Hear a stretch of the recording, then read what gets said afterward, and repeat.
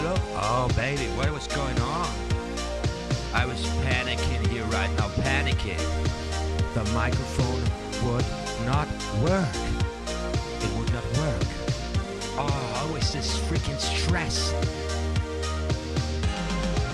You are listening to It Still Hurts. I just don't know why. By Eva, featured by royalty-free planet.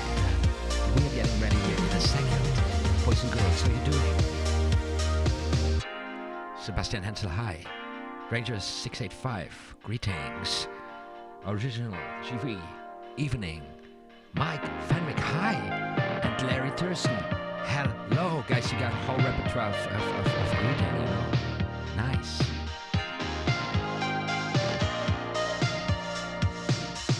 Are you hyped? Are you pumped? Let's get going. Let's get this baby rolling.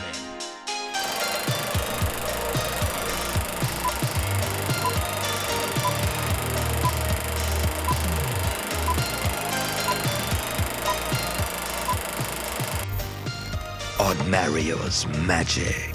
Like and subscribe. Howdy, howdy, howdy, howdy. Hey there, boys and girls. What's up? We're doing it again. We are back on air live here on OTHMARIUS Magic. Today, a big night for all of us, right?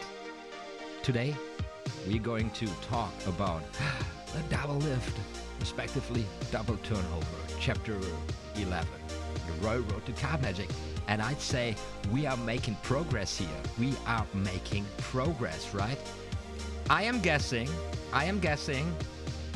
today maybe a couple of more folks tuning in, maybe, because the double lift, double turnover, this is always highly requested.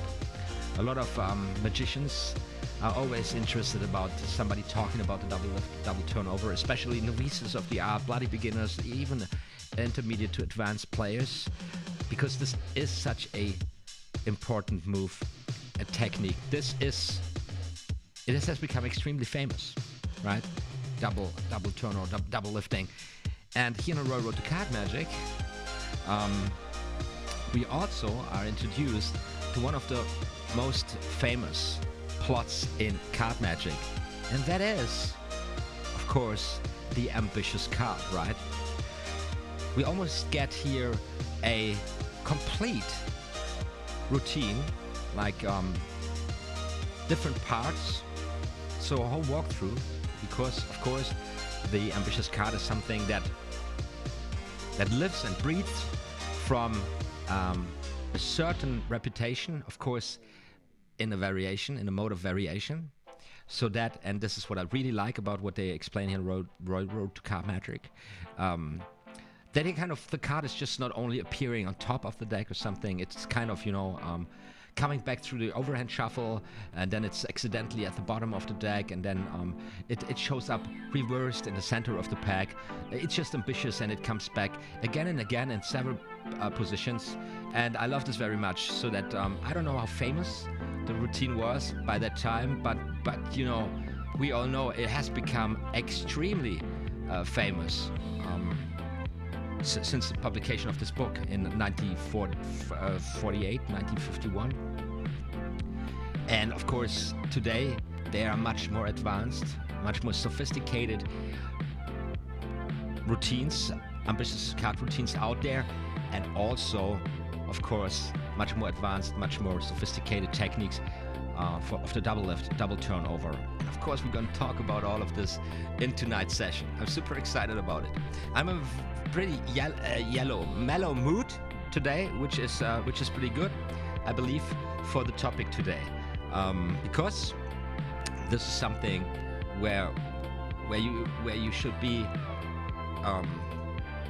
the least dramatic, the least hyped, and the least excited about when you actually perform this. Double lift, double turnover, and the applications that come with it, those work best. Those work best when you perform them really subtle, really calmly.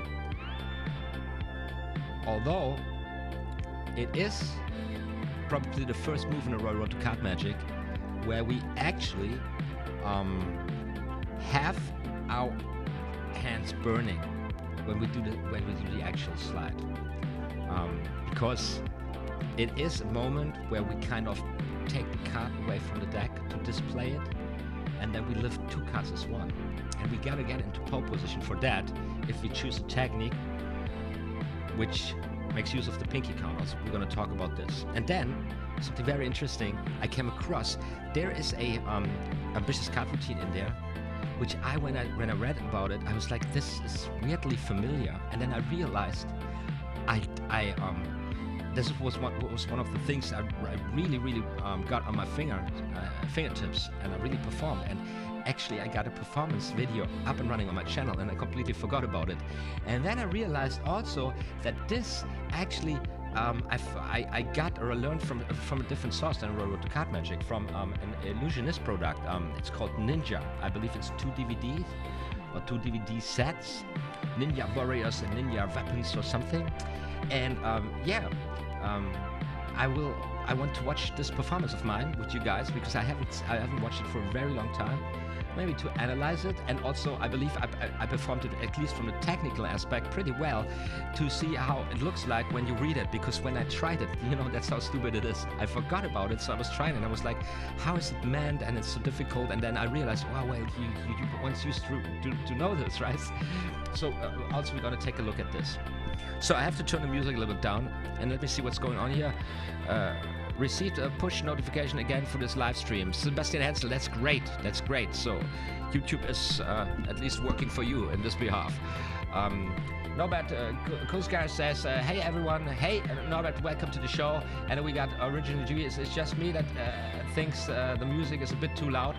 Oh yeah, dude, you're absolutely right. Wait, that's my other microphone.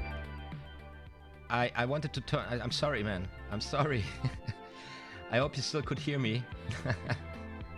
This happens. This is live, you know. This is a one-man show. I don't have some guy sitting there taking care of about the technique. So whenever I fuck something up, I do fuck it up, you know. Here's something I want to show you, because currently 10 folks watching. That's great. That's amazing. Pretty dope. Welcome everybody to the show. And here's what I want to show you. You guys are totally into these polls.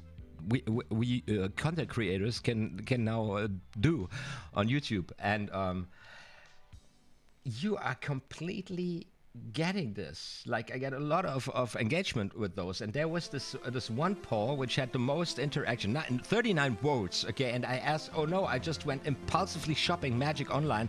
What did I buy? And I said mainly books, cause you're smart. Mainly cards, cause I can't help myself. Mainly tricks, cause you do not have enough already.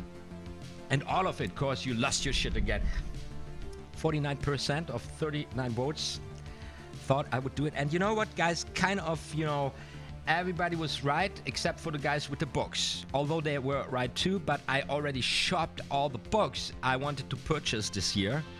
And for me, it's like I don't buy books when I haven't walked through the books I already had, except for there's a really rare example book that's just there on eBay, and you need to pick it now or you will never get it, something like that. But except that, so I basically bought a lot of Tamaris this year already. Pneumatica, how is it called, the Power of Magic, or the Magic blah, and Verbal Magic or something. So there's a rich source. So I know I have enough books, though. I went there. I bought myself, of course, a lot of playing cards, right? I just wanted to show this because, as it seems, you are all like completely commercial bitches. You know, you like to go shopping. So I want to show you what I bought myself here. I bought myself a brick of those beauties here, of these Kopaks. Since Flying V sent me one of those, I was like, I'm intrigued about this deck. I worked this now since I got it. Is it 1 week? I believe just 1 week. And it just feels like brand new. It's crazy. It's really crazy. So I thought I have to really get working with those. So I bought myself a break of those. And then I realized they also have a Swengali and a stripper and of course a gaff package, you know? So does this count as tricks? Huh? You know? So this is, they really mean it seriously. I wonder about this setting a new standard for playing cards. And then this is the trick. While I was at it, I said I don't have this in my collection, trick collection. I just want to have it. I believe someone did this on one of these Got Talent shows somewhere. It's just a lovely trick. Beautiful. I couldn't synopsize it yet, but I will open it up. I will take a look at the quality of the cards, of the gimmicks, and comes with a written manual, like back in the good old days. Exciting to read that one, you know. And I'm just getting it done. Just perform it, and maybe here on my channel one day. So that was what I was chopping, you know. And then then thank you so much, everybody, for your engagement. Coming back here once in a while, supporting my channel in all the ways you support my channel. I got recently some really nice comments here. So Novel Music wrote to me, you definitely deserve success. Yes, I think so too. And Ronald Faber wrote in behalf on this live stream series here, I just bought this great book and I'm so glad you did this. Exactly what I was looking for. Thank you so much. Like and subscribe. You're very welcome, Ronald. You know, guys, this is so oh, I did that again. Wait, I gotta fix it immediately. Here we go. This is really cool. This really helps a lot. This is such a motivation. Comments like these, really, that's honey for the soul, you know. Thank you so much. And also, I'm really glad that you guys find me. You still find me there, mainly through search. I believe right now it's 39 freaking percent comes from search. So people are looking for keywords like the Royal Road to Card Magic, the overhand shuffle, and then they find me. And in this realm, kind of the algorithm thinks it's a good idea to offer my stuff. However, since I am doing these fast-paced tutorials, you know, I was pumping out 12 videos the last 2 weeks. This is the highest upload frequency in 6 years of producing content on YouTube. And you know what the algorithm did?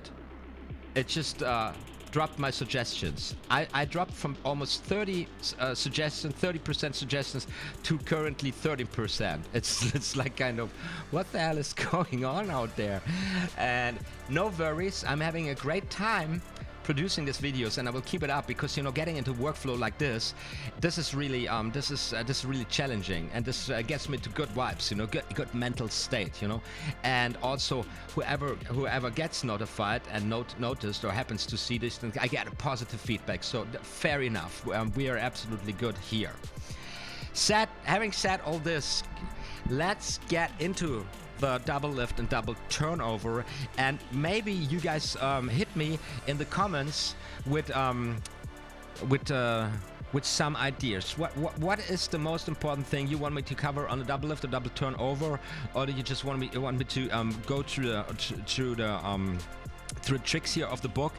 Because the version we get taught here in the Royal Road to Card Magic is the one that I consider the worst, because the most dangerous. So I'm going to show you this one taught in Royal Road to Card Magic, and I'm going to tell you how you not do it, or how you perform this much better.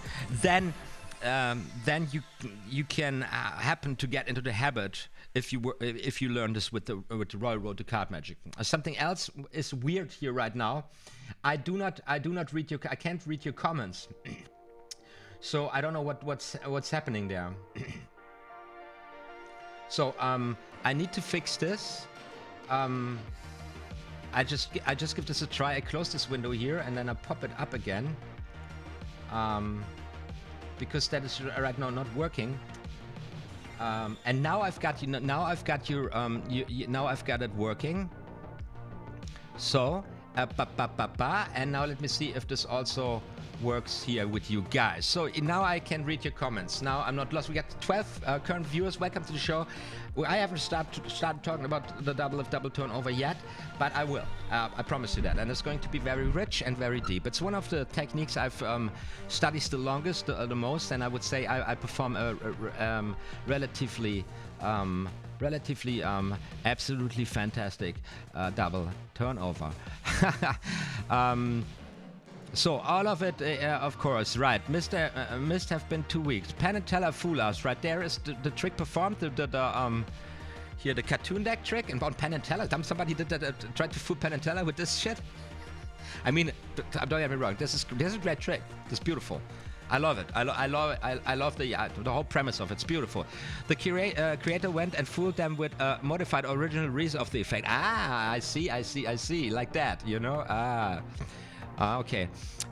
Sebastian Hansen, Norbert, it was Dan Hahn, right? Bought this trick immediately after seeing the episode. How easy, difficult is the trick? I believe this is something that is, and I'm just guessing here because but I believe this is something that is compared to the impact it holds and compared to the reach you can get it. It's one of these things that you can play with a large group and you have this comic figure, and this can involve a lot of different characters, and you perform this for children. You get the whole group interaction. It's something to play to be playful with. It's and compared to the effect and the reach you get with this thing, it's easy. You know, there is no easy in Magic. Okay, the thing is there is things that are relatively easy compared to others. So today we're going to talk about something that is relatively difficult to a certain extent, but what you get out of it, or what you can make with it, this is worth it, you know. So and there are other things where you can easily say you don't need this one or another color change. This is just good, you know, if you really want to have all them color changes at your hands, but way too difficult. There is, for example, I found something that's called a pop-up production, where you out of a fan.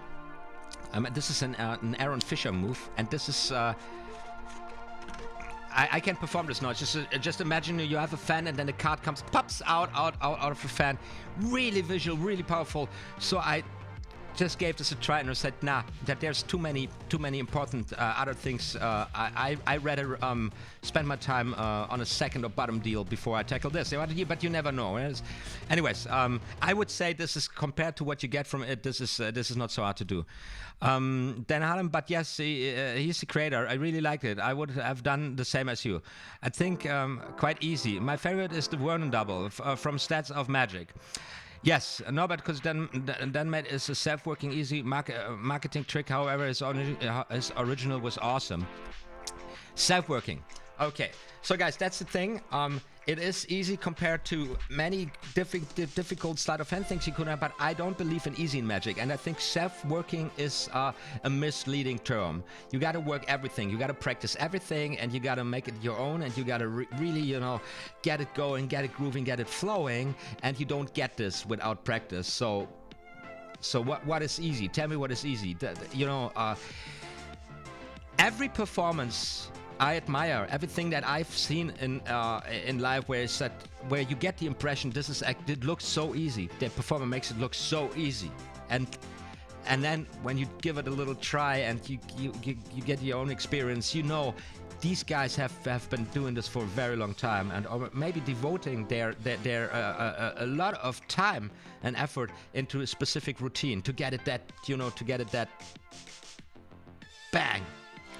Anyways, let's talk about the double here, guys. We already heard it, push over double lift. Yes, so here's the challenge, or here's the thing. Hearts crossed, okay? And this is what people usually do when you ask them to turn a card over on the deck. They would push a card front and they turn it over. Funny, I got my magic cards here. So the closest thing to that would be actually turning two cards over in the same manner, right? So you turn the card over just in that manner, and then you bring it back, and then you turn it over. That is the absolute one and true and only double lift that you want to aim for. However, the pushover double lift is an absolutely difficult thing to do, because it's so sensitive, guys. So sensitive. This is a balance of pressure that needs to be so accurate, so that you get this into a smooth flow, so that it looks natural. It is really, really difficult. If you want to learn it, get yourselves Earthnace expert at the card table, and then you go to the pushover or push off second deal. That's the Turner second deal. People know how it looks like because Turner actually also performs it and explains it, what he's doing. You know, practice this, and the so-called Divern, or very often it's called the Divern push off or push over double lift, will come along. I'm not. This is not the channel where you get false promises or something. This will take an incredible long time, and most likely you will waste your time because you will not go. You will not get there. You will be doing something else in your life before you get this down. So, and also you do not want to practice to wait your lifetime till you get it and before you perform, right? And also it will always come with a risk that you don't really get it. And also, this is something where you are limited to a kind of close-up, intimate performance situation, because sometimes you need to play it big. So here's a double that I like to perform when I'm performing a little bit in front of people. Bang! So I have this visual snap. I can show the card to the whole ground. I can put the card on there. I immediately, of course, catch a pinky break, right? And I'm operational. I'm good. I can put it like this, right? Can show it to everybody, and then I can turn it around like this. It never doesn't matter really.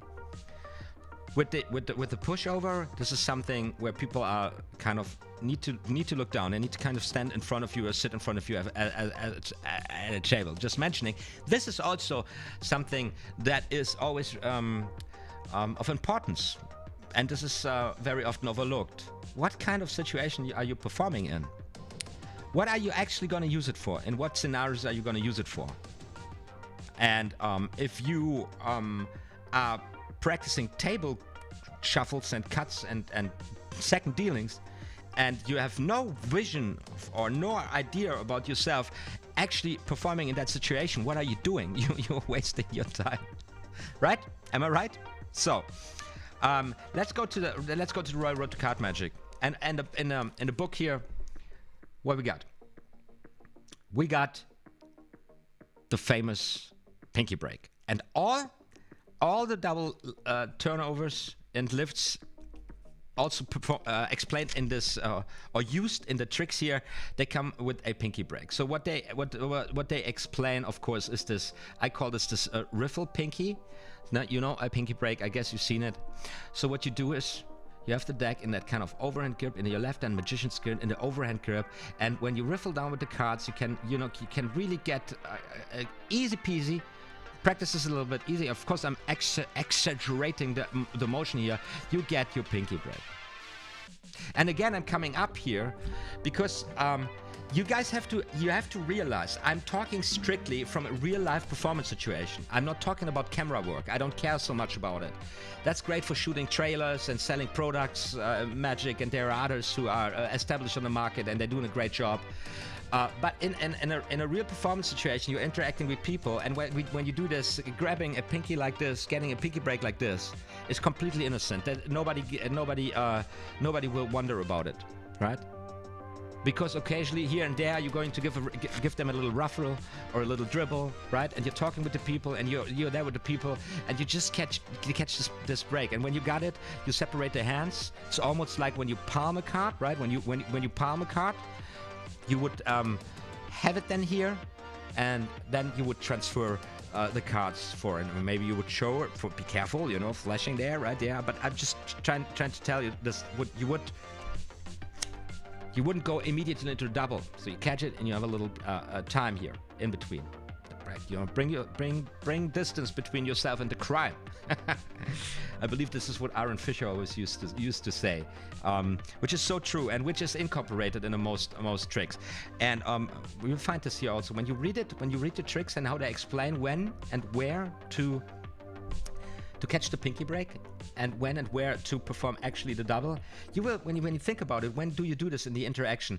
There are, in the most cases, it's reasonable. There is one position or one station in one of the tricks where I thought, isn't that the best place to put it there? And again, I am strictly talking from a performance situation. I'm not talking about something where you just have your hands burning all the time, but where you have a pattern, where you kind of engage your audience with a story or with or whatever, or with something that's going on in the social interaction.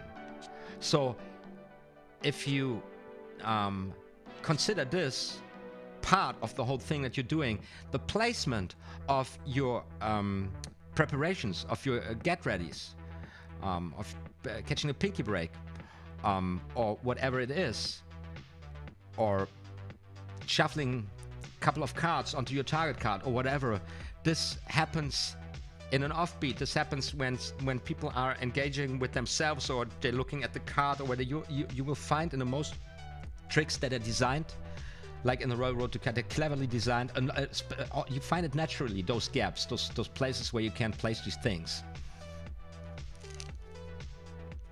So I've got a very concrete question here by Original G. We went riffling from the bottom. How do you know there are just 2 cards left? By feel? Yes, by feel. This is something which might appear more difficult than it is. But check this out. Just go for it. Just give it a try. Just go for it, and then try to catch the last 2 cards. You know, when you roll your thumb over the edges, you don't need to bring a lot of bend, a lot of tension into the cards. Just rolling with your thumb over the edges, and then you just go for the last card, and you will easily find the last card, and then aim for the second one. It's a little bit of practice, and once you got a feel for it, try it from the other side. Bang. And then you got it. And as soon as you got it, it's really easy to get this, to create this really nice pinky break. And you cover this up in the motion of squaring up the cards. And there you go. And now you got your pinky break, right? Now the other version of catching a pinky break, which is also taught in the book, but not explicitly, it's just explained within the tricks. That's of course, again, the push over, where you push 2 cards over and then you catch the pinky break. And also this is something which you have to make it work, which you have to make work in your hands. By the way, I've got this whole tutorial series, in-depth tutorial series of 4 double lifts, and I go very much in detail, in depth into all the necessary things. So if anything here is too fast-paced for you guys, too rushed through, not detailed enough, in the info cards as well as in the info box, you will find the links to it. So let me show you the beginner double lift, so that you kind of synopsisize what comes. So I'm explaining very much in detail how you catch the pinky break, just like I did, and then you would pick up the double at the outer right corners here, right there. And now, and I like this very much because, and I really highly recommend to get started. If you start with a double lift, start here, because the goal is, the main and only objective is to get a handling, to get a feel, so that you handle this card just as one. And because what you need here to make this work is you need to be able to have them cards tilt. And now I've been grabbing them too long. You want to have them tilt down. Don't care so much about flashing. So when you catch the double, you come here, you hold them, and try to hold them in just as light that as soon as you lift them up, they start tilting down. Right? This was a triple. So what you do is now you pull them to the right and lift them up a little bit, and automatically you get into this motion. And when you do that, and really there is no pressure, I just have the weight of the card line on the other cards, and I hold the light grip so that the card rotates like this. Now this is the feel you will want to get if you move to an advanced version. And you need to feel it first. Feel it. So you come here, you have them the cards, 2 cards rest at the tips of your fingers at the right long side of the left hand pack. And then you bring it into a vertical position to the floor. And then you let it go, and at the same time you lift up a little bit, you tilt a little bit up, you bring the deck horizontal. This creates this motion. You see that? See that? Oh, no, I didn't get them to. how light the card falls? Do you see how light the card falls? It falls like one card. This is just one card right now. This is how you want to have it fall. Not too fast, not too slow. But if you have it fall too fast, if you have it turn over too fast, you will see a gap. Let me try this right now. I do this now too slow. Does you see the gap? Now this is a strike right now. So now I'm doing it in the right tempo. And this is the key. And this is the only one and only key. This is what makes a difference, like a big time difference. And it is not so much more effort and practice than you would expect. It's just getting the feel for it and then practicing in it a little while and then, you know, kind of being bold enough, pulling it off. So the second tutorial in the series, I show you really in depth, really with close-ups, how the best you get this pinky break by pushing them card forward. And this is also something that you can do when you, for example, you have just one card. See here, I'm already in this position, and then I just place it back on and pick it up if I care. Or this is something also you can do when you turn the card over. And we have this we have tricks here in a Royal Road to Card Magic where we need to get into this position. And by the way, there's going to be a tutorial on a very nice color change, the shake or wave change, which is going to come up very fast. Looks something like this. Very beautiful color change. Tutorial coming up. So you guys hit double combo, subscribe, and notification bell icon to get this done. So second tutorial, and here now we are in the situation. So we got our pinky break, right? We got our pinky break under two cards. And this is how now they teach it in the Royal Road to Card Magic. So that and this is how you don't do it. Please don't do it. This is out of fashion. This is outdone. Okay, so you take the card between index. Is it not? I'm like yes. They even have the drawing with index and thumb, and then you pull it to the right. You turn it over, but you always keep. I can't even do it right. You always keep these cards clipped very tightly, like this. And then you would repeat the motion. And this is the double lift you see performed most of the time, right? Tell me you haven't seen this any performer. And here's the thing, I'm saying this in the Patreon only director's cut version of this little bonus video which I uploaded on Saturday in preparation for this video. I do not mean to rant on any performer who does it like this, because if you're a professional magician, or the most professional magicians I know of, they have to be prepared for a huge variety of sets. Okay, so they need a lot of effects in their repertoire, and of course playing cards, they play a role because cards are so magical. If you are performing, people expecting coins, ropes, cards. If you don't come up with cards, what is wrong with you? What kind of magician is that? Of course, there are mentalists who get away without doing it with cards because they can read everybody's minds and stuff. Fair enough. But so, and here you got somebody use the,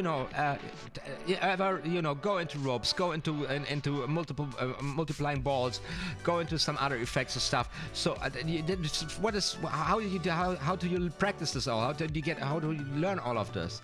And then, of course, if you are performing on a regular basis, you want to perform the best. You don't want to flash or blow it in front of the couple because of a shitty double. Because there is wind sometimes also, you know. Imagine some beautiful wedding somewhere at the California beach, and there you go with Vernon's pushover double, because you're one of 100 magicians who can do it, you know. And the card's gonna fly in your face, and it's not gonna be fun. So that's a safe way to do it, to get a double, to pull off a double without risking your reputation and without ruining the wedding. Right? However, we card nerds and we guys who kind of, focusing on card magic, we can do better, right? And we should. And that's why you don't do it like this. Here's my actual version of the whole thing. Let me go close up here. I do, first of all, I don't take the cards with my index. I come underneath the corner here, and then I bring I slide into the card here, basically with the tip of my thumb. So then I clip them, first of all, between thumb and ring finger, middle finger, sorry, thumb and middle finger. Now the index secures the cards at the right long side, and the ring finger at the inner short side. Can you see this? This grip. Now this grip enables me to and your thumb needs to be resting here on top of the cards, because what you do is you kind of bend the card as you slide in, and then you can turn it around like this. I'm saying like the pages of the book. You see the difference from here to here? It's a huge difference, isn't there? And of course, this takes also a little bit of practice, but you can do it. And I believe this is the best working solution. This is where you play safe with the pinky break. Also in this position, you really get a good grip of the cards, and then you still can have them drop naturally, which is what you want, right? So best working solution, best beginner double lift, like this. Get a feel for the card. It's supposed to be light. Best working solution, you can't go wrong with this. You got the card under control, and you played safe at the same time, right? This is reasonable. That's why I call it the best working solution. And again, you want to get as close to the natural motion of just pushing the card forward and turning it over. That's the first thing. By the way, turning the card over is just one part of it. Handling the card then during your performance is also very delicate.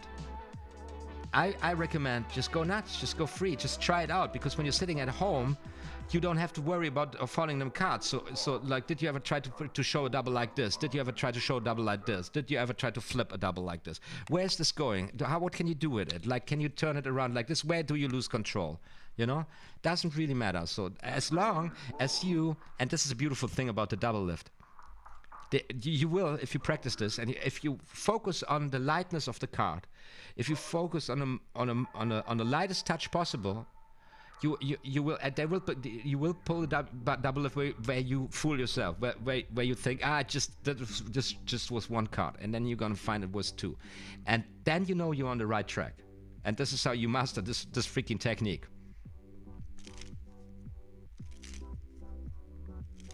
So, what are you guys going on? Can we take a look? Yes, Magic Corner is in the house. Hey, Magic Corner. That's right, that's what I'm talking about. Make it look natural. Violent Vegan says, when I'm working, I find most regular people don't care so long as the cards don't split open. Yes, of course. But they will probably, I don't know what kind of double are you pulling off, you know. When you are too tensed, people will of course notice it. I believe a little flash here and there is better than a cringy or a stress house handling. People usually won't call you out on obvious force or double. They will play along and clap, but they saw it. No, good luck. Happens. And you will never know. The attention should be on the deck as well when you're pushing over. It shouldn't. Quality is the most important. Yeah, it shouldn't be on the deck. Yeah. Quality is the most important. Every move should be effortless. Of course, that's a goal, right? Flying Wii, yes, it's a move that requires a lot of feel and experiment what works for you. Exactly. So we're on the same page here. Camera is off again. Let me turn it on.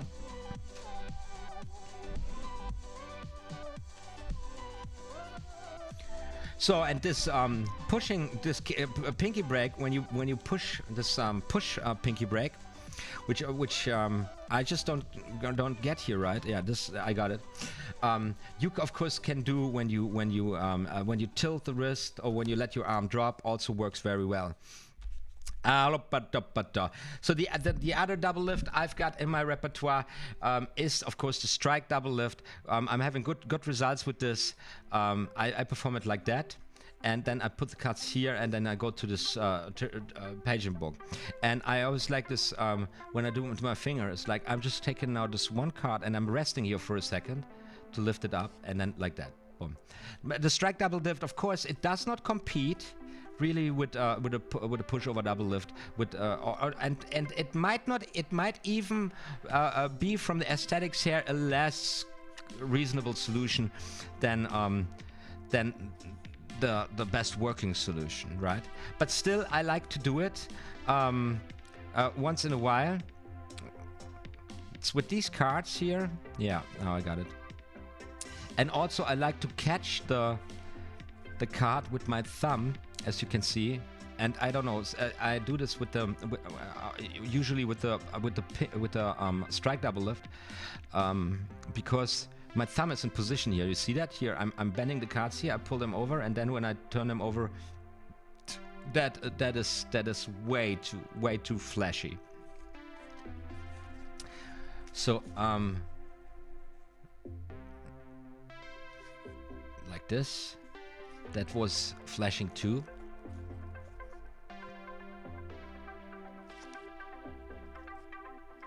Just practicing here now a little bit of the pushover. The key to the pushover, by the way, is that you have the cards really tightly clipped between thumb and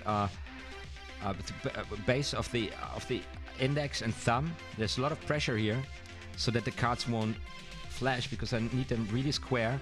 And then I push down first I push down here at the edge with the flash of the tip of my middle finger, and then I push to the side a little bit and lift up, and this is how you get the card. And since you bend it against the thumb, you get it stabilized enough to throw it over. Well, of course, if you're explaining that shit and if you do it slowly, then it won't work, right? So bang.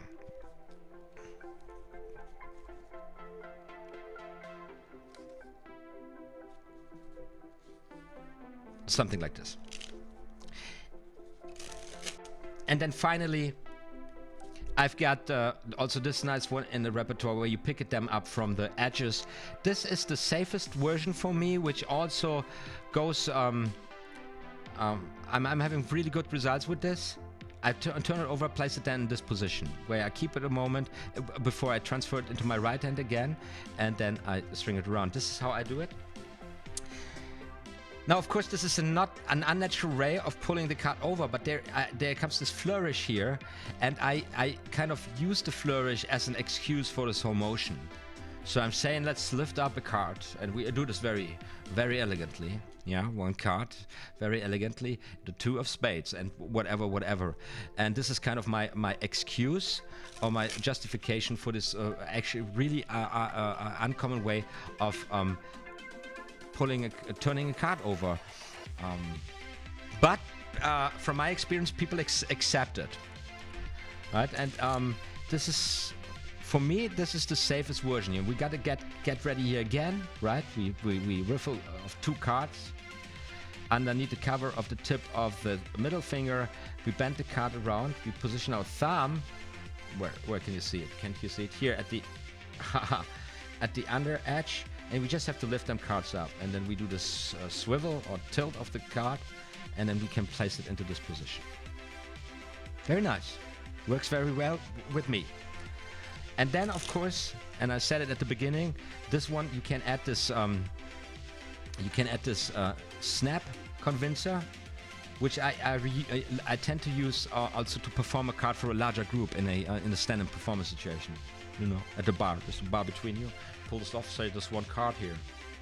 Also, a really side note, I'm not a big fan of convincers. You know, keep it simple. But this is maybe the only convincer that I really like is when you have the card in this grip.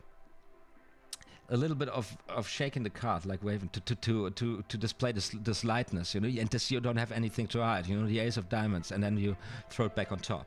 Makes it really, yeah. Kind of suggests kind of suggests that you don't have anything to hide, to learn, to hide, and that you really lose natural with the cards, which is, once again, I repeat myself, the key, just the key here. You know, you want to create the impression that there is nothing, that you don't have anything to hide. And yes, for beginners, novices of the art form, bloody beginners, this is kind of stressful, because this is exactly. By the way, we got 13 folks watching right now. You're very welcome, everybody. So of course, this is the moment when you turn a card over, where people are looking at your hands, and you might just be stressed out by this. So when you got your pinky break already, the crime is done, and then you go and you turn the card over. This is where the people are looking at your hands, because you know you're showing a card, and this might be stressy. Just get over it, you know. Just get over it. So, here's what I want to skip in the book. I want to skip the reverses. They are on page 143 and 144. This is basically techniques where we use the double lift or double turnover to create the effect of a card appearing reversed in the spread. And there's different techniques. Second from the top card. This is more a preparation for tricks to come. It's valuable. It's worth looking into this. But right now here, I believe there is no point really going into this. It's a self-explanatory. It explains itself. And if you got a double lift working, you can immediately make this happen, make this work in your hands, and then you can wonder yourself how the heck are you going to use this. So now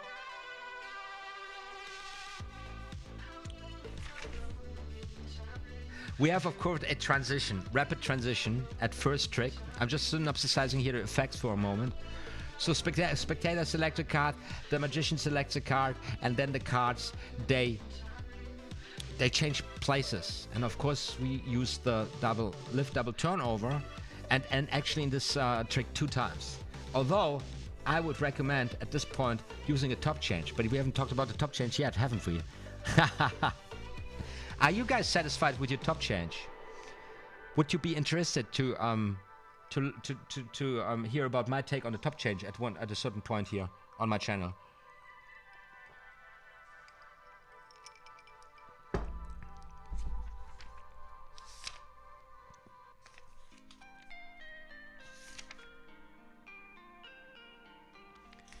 And then there is the ambitious card. My favorite ambitious card, of course, is card to mouth. I love this very much. Let me show you very, very quickly. Card to mouth. So also there's different ways of doing this. I would have a spectator shuffle the cards, and then I would say to be very to look very closely, you know. Is the card here still on top of the deck? And then I would show it's the ace of diamonds, right? The ace of diamonds is still on top of the deck, and it goes in there, and I put it in there myself, and I put it in the middle of the middle. Can you see this? Like, this really goes in there. And guess what? And I like to use this one here. The ace of hearts comes jumping back to the top. And I say, you know what, guys, I'm doing this once again. This time I want you to push the card in. Check it out. Here we go. I place the ace in the fan, and I say, please put the card into the fan. And I put it into the fan, and then I go again, and I just keep my eyes on the card, and I say, look, again in the middle of the middle, and yeah, snap. Here comes the ace of diamonds. Oh no, this is the ace of spades. How funky. We were looking for the ace of diamonds. And at a certain point I play this, as long as at a certain point one of the people in the audience is looking up, and they are like, is this guy stupid? And then they are like, ah, you know, this thing. Disgusting. Yes, so you got yes top change, but we're not gonna do this today. We spare this for later. You know, today is a double lift. Greg Schacht is in the house. Howdy, magical peeps. Howdy, magical peeps. Howdy, magical peep. Howdy, magical Greg. So, very lovely, ambitious card thing.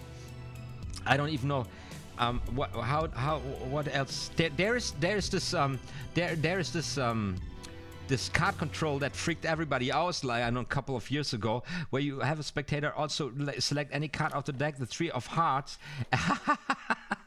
That was so poorly performed once again. This is turning into a tutorial.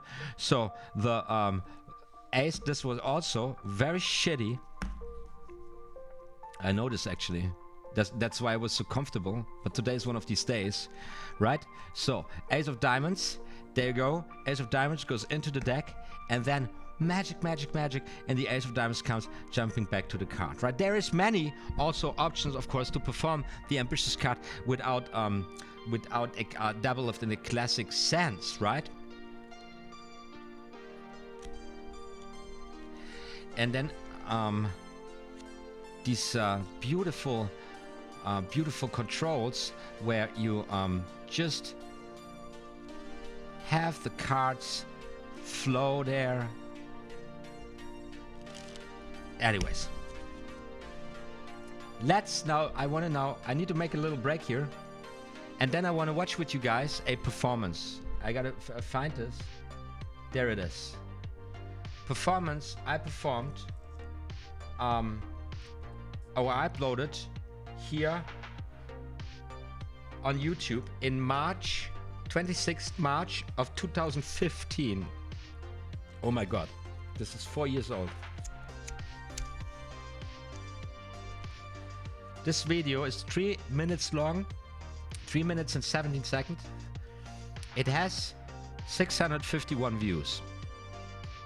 And it is part-time out of the Royal Road to Card Magic, which I didn't know by the time. Because I learned it from illusionists. I learned it from Brad Christian on Ninja.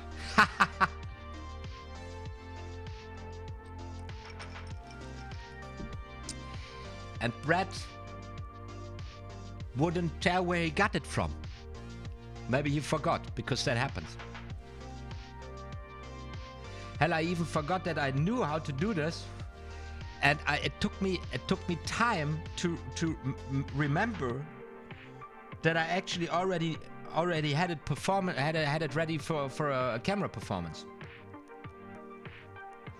Although I'm very curious right now, as I'm having a little cigarette break here, to see my handling 4 years ago. And by the way, I did not know, because I went to the Illusionist webpage, I did not know that Peter McKinnon was also part of the company. That's crazy. But this explains a lot. I mean, this seems to be a very competent team. And they pushed the art form maybe like no others. Really impressive work.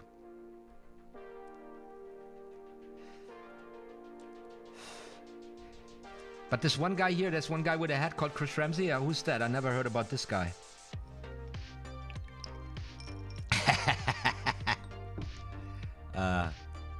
Okay.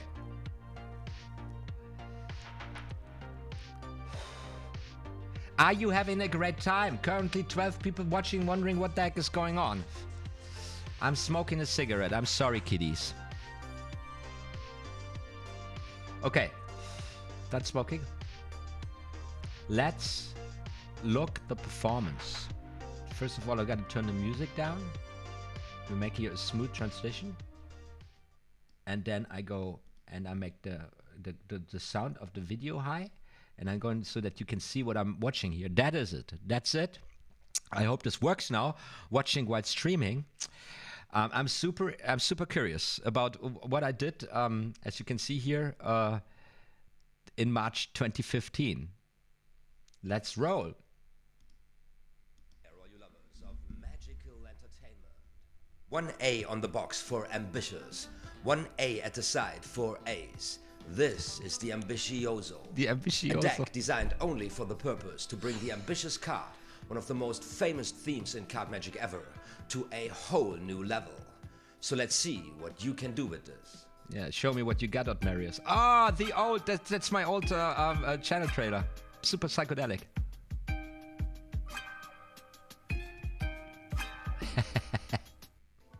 Now, the most famous card Flashing of all the bottom them card. playing cards is the Ace of Spades, because the Ace of Spades is super duper ambitious.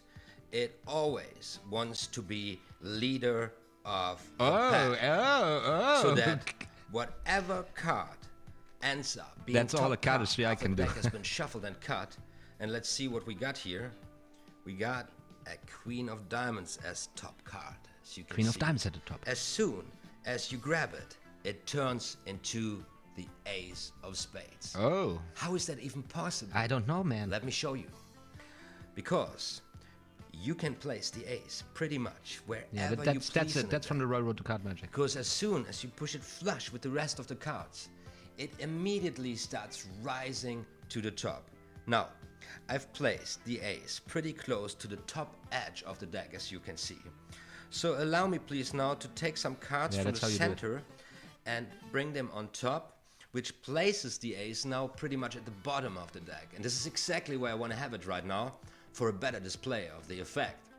Because this buys me enough time after pushing the ace flush with the rest of the cards to turn over the top card as well as the second from the top. Ah, that's how And it- now it's just a matter of time and timing, because the ace is already on its way up to the top, melting its way card through card to finally appear in front of everybody's eyes. And this is completely self-working, no sleight of hand involved. This is another due to double. the design of the cards. So that with only little practice, you can create the illusion that the ace obeys your magical command. And who knows, maybe by the end of the day, it truly does. And that's what you can do with a deck called the Ambitioso. You enjoyed watching this? Then Shut give up! it a like. Nobody wants to see this. Guys, I would have now. I really actually would have to re-engineer this. I didn't. I don't know all the details myself there anymore, because I'm having basically all the time a double there. That's the key of it, right? Of the whole performance. But the middle part, the part where I let's go in there. Where is this middle part? The part where right, this part here. So To the top edge of the so this is from the Royal Road to Card Magic. So what we got a double, right? And we put the double into the center of the pack. Now we need an excuse to push them in a little bit, which you need to do, and then you pull it out again a little bit, which brings you in this position here. Now your index comes and places the card, the target card, in the deck, and then you say that you want to bury it a little bit deeper because you pushed it a little bit too high on the top, and now you pull out, and this is what gave me trouble. This is what gave me trouble when I read here the Royal Road to Card Magic. So I'm in this position now. I have here now this card, and I need to get the package here underneath, so that I can bring it to the top. But how do you do it? In the Royal Road to Card Magic, they say that you push. How do you do this? That you push the lower portion a little bit forward, and then you break off the package and bring it on top. Right? It would look from the front, but I don't know if I'm doing this here. And as you can see, this gave me a hard time. This just when I read it in the book, the Royal Road to Card Magic, I was like, how do you actually do that? How do you perform this smoothly? And now actually watching this here, This is where I'm doing this very smooth. Let's just look into this there, and then you guys tell me how I do this, because I don't know how I did it. Now, go back here. So I'm where am I? So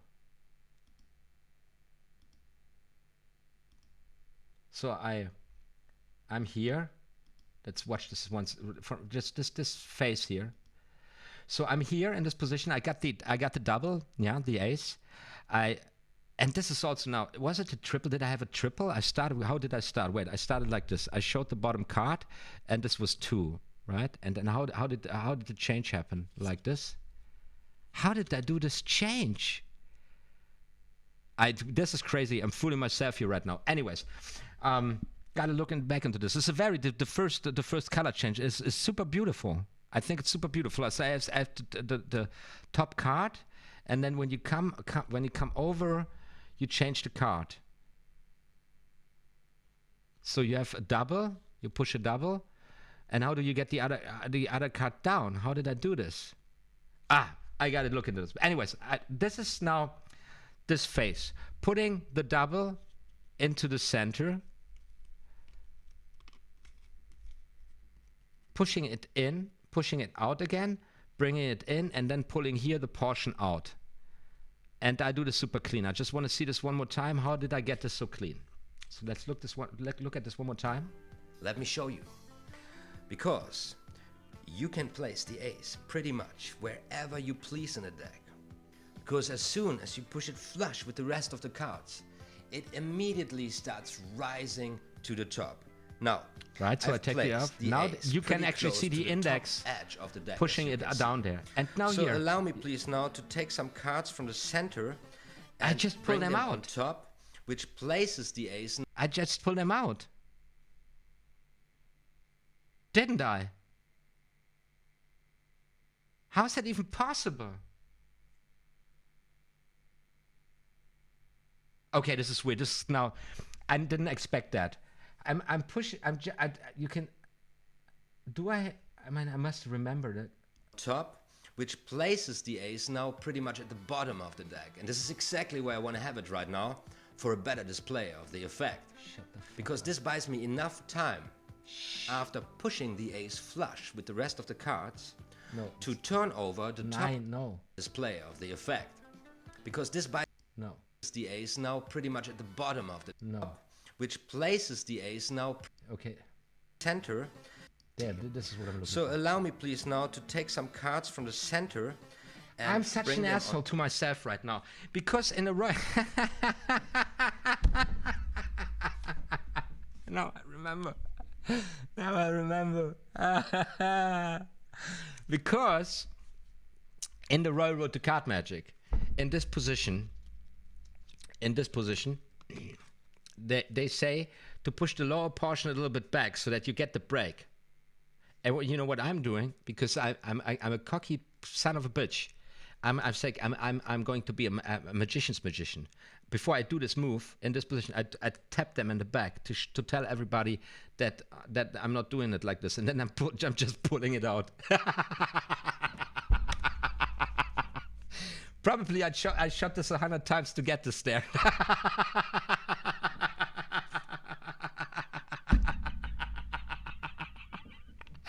That's how you gotta roll, you know. But the whole, another aspect, what you can see here, you see how stiff I am. Do you feel this? Like this is actually not this is not loose. So I'm stressed. I want to bring a video out, and of course the lighting, and this is a really bad camera. So you can see I have a clean handling, and I have a casual hand, but still there's this overall tension in the body that you can I can literally feel it. You know, this is not a relaxed person doing this. And this is for me, no, I don't flash, I perform it very well, but it's not really pleasant, you know?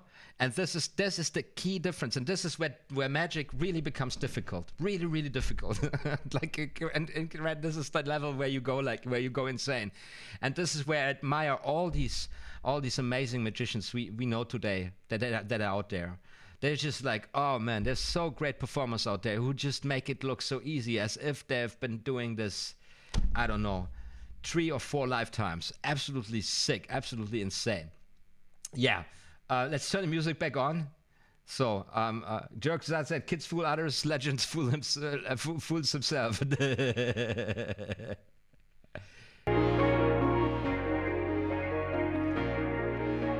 So, music is back on, but not too loud.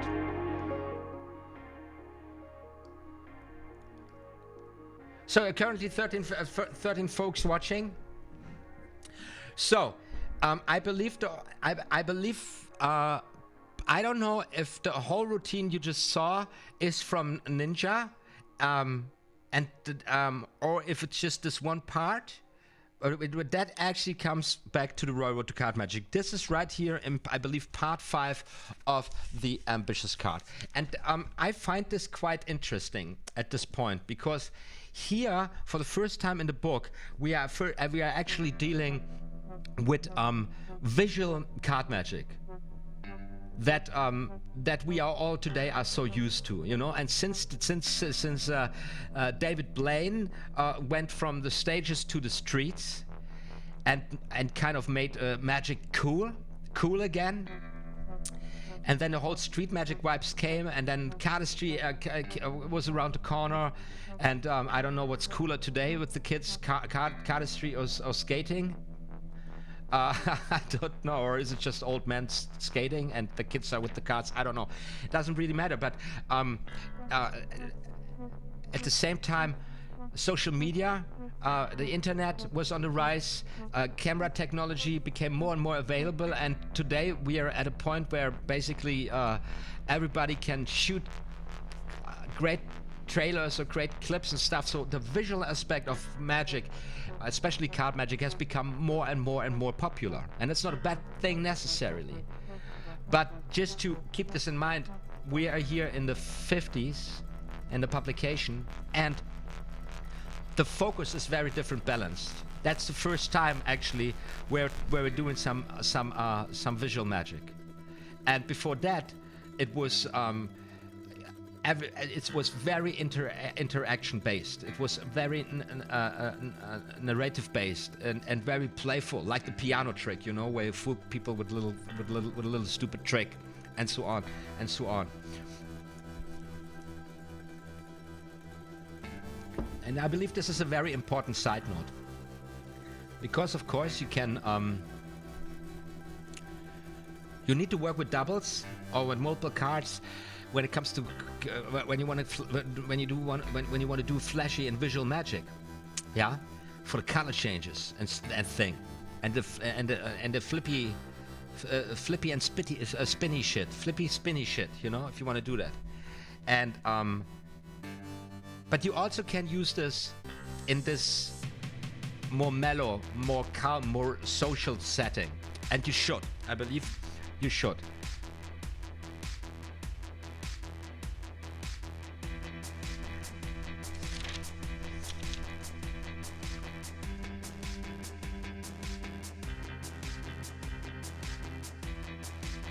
So,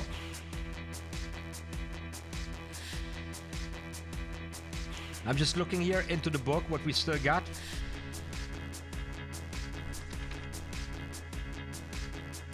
We have a nice key card. Maybe I just want to add this here. And also, we have a moment where Hugard and Bruet. Oh, Flying Bee is leaving the house. I got to go. I have a visitor. See you next time. And thanks so much for tuning in, Flying Bee. Have a great evening with your visitor. Thanks so much. Well, how long are we rolling here tonight? 1 hour and 6 minutes and 28 seconds. So there were little tiny moments where Hugard and Bruet, would come out a little bit with their humor and with their style. And this is this Dr. Fu Liu 2, Insidious Dr. Fu Liu 2, the Chinese magician. And you kind of take any ace and you write with Chinese letters, nonsense on it. And then you talk about the Chinese magician, and the card is in there, and then the card predicts the spectator's card. Yeah, maybe we go into this trick because it's a beautiful trick. But I wanted to point this out. They write here, preparation, secretly purloin, steal, a very old word for stealing, one of the aces from the pack which you will use for this trick. And upon it, ink a half dozen Chinese characters. Ink a half dozen Chinese characters onto the card. Copying some real Chinese writing. And then they say, do not trust to your own imagination and draw some nondescript hieroglyphs which you think look like Chinese. What kind of instructions are these? It's like, I was really kind of offended, honestly, when I read it. It was like they're like, yeah, we actually write a book here for idiots because hey, we need to make money. And for the first time here, they're coming out with this attitude, like, write to copy real Chinese letters, don't make up shit because you're a fucking retarded idiot. Like, what the fuck? Hilarious. Thought it was super funny to read. It's like, okay, I will do it. I will copy actual Chinese letters. I will do a tutorial. How to do, I don't even know how it's called. How is this called? And is it even Chinese? It's Japanese, right? Or this art of painting letters. Anybody? Do I have an education check? Does anybody of you guys know how that's called?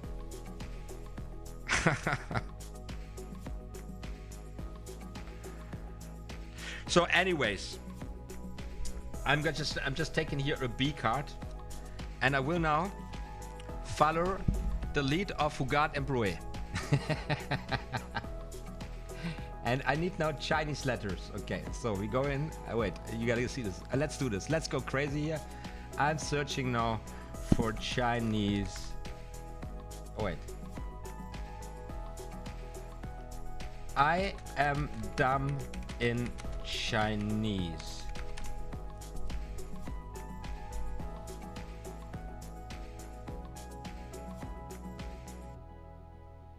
Okay, this is, I found what I love the internet. I found what I was looking for. So how do you say dumb in Chinese? Yeah, that's the level we're on, guys. Actually, dumb has more than one meaning in English, but I'm assuming you mean stupid.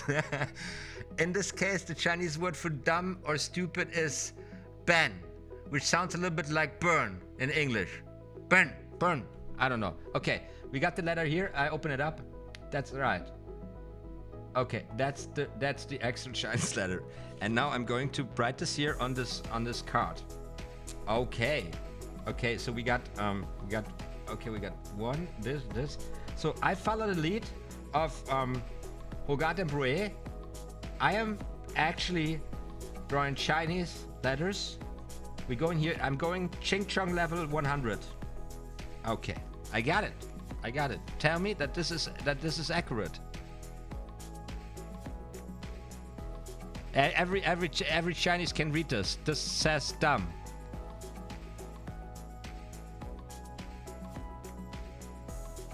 Also, this is a horny guy with a crucified dick. I can't believe I said this live.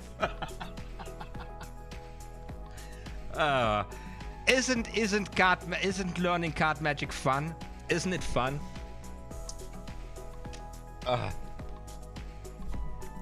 Okay, so we got our horny guy with a crucified dick, and we need a deck of cards, and I use of course my new favorite cards. Okay, my new favorite cards. So what we got? We rip and spread the cards face downwards on the table, bunching. Okay, and this one lies. Jesus, lies reversed at the bottom. Right, reversed at the bottom. And of course, we show the cards without displaying the card at the bottom, just like this or like this. Very nice, you know. By the way, this is this one beautiful effect of the thumb fan, for example, or the classic spread. You show a deck of cards very innocently, and you display that, or you can also use the dribble for it, just like that. This you just subconsciously, you know, hammer in their heads. This is a there's an ordinary deck in play. Why? Who would be crazy, you know, risking to flash the reverse bottom card, right? So. Get out a pack and hold it in your left hand in position for an overhand shuffle, holding it so that the reversed card cannot be seen. Undercut about half of the pack and begin an overhand shuffle, inviting the spectator to replace his card wherever he likes. So we have now a spectator select a card, any card, any card, any card. There you go.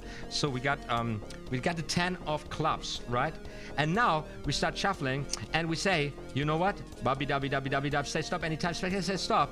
Now the spectator puts his card in there, and we put the rest of the cards on top. And you know what we did right there? Key card, woo! And this is a nice key card. I did not know about it. I did not know about it. See, reading this book really is really useful. This is a very nice way to position a key card. Thumbs up for this one. Okay, now to the trick. Here, so and now and I'm just gonna read this because I love this because I actually wanted to start with this. This book is a little bit this chapter, as valuable as it is a little bit out of date. First of all, the technique, the handling of the double lift, respectively double lift or double turnover, improved big time. Am I right? We all know. And then also the ambitious card, the most famous plot here, took off from there, and we have all these extremely awesome variations of this effect. Very beautiful.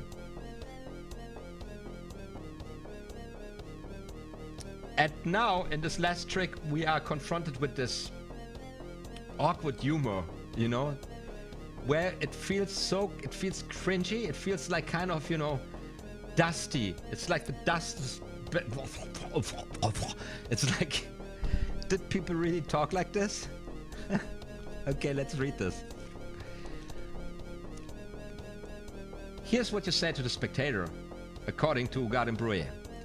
Here's a curious thing I stumbled onto the other night.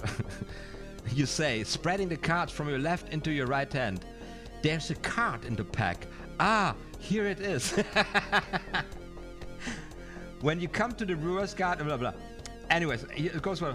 Okay, so here it is. We come to the reverse card. So, what do I say? I say, here is a... Wait, I need it here. You say, here is a curious thing I stumbled onto the other night. There is a card in the pack. Ah, here it is. When you come to the reverse card, cut all these above to the bottom. Remove the card with the Chinese characters with your right hand, holding it face upwards with its outer end slopping toward the floor so that all can see the cryptic characters. Okay. This is the Chinese word for dumb. Right? Horny guy with a crucified dick. Here's a curious thing. Yeah. It's like... And if you go for it, you know, and so this really challenges me, like to go for it and to perform it exactly like this, and to be batshit serious about it. Anyway, so turn the left hand back upwards and point the right finger at same glimpsing the chosen card, which is now at the top top glimpse. Here comes the very beautiful. This is the very beautiful. This is a technique I want to show you. This is a super beautiful glimpse. So this is what I like. Look, this is the word, the Chinese word for idiot. And right now I'm glimpsing the card. Look at this. Look how it looks from my side. Do you see this gap? I just I just pushed the... Dude, I just pushed the card here to the side, creating this gap. What is happening here? My computer is... Why are programs opening? This gap. And let me show you. See, this is the magician's point of view. You get a good glimpse of the card. Now back to the spectator's point of view. And you use this excuse. So I gotta do it like you just like to point at the card, just like that. And as you do, you get a super good glimpse. Very nice glimpsing technique. Absolutely cool. Do you do it face to face on same eye level? They're looking at the card, you're looking at the card. You need to know which card it is. We had the 10 of clubs, right? Because now, and we proceed with our pattern. Now we say, okay, what do I say? Turn the left hand back over, which is one over the top by means of the top card glimpse. No eye. That was written by the celebrated Chinese conjurer. That was why you glimpse. That was written by the celebrated Chinese magic conjurer, Dr. Fu Li Tu. Fu Li Tu. That's not normal. And it reveals the name of your card. Do you read Chinese? I'm telling you, in today's world, one of the group goes, yes! And it reads dumb. I would write today on the card. I would write down, if you can read Chinese. I would have a Chinese writing person write down on the card. If you read Chinese, shut up.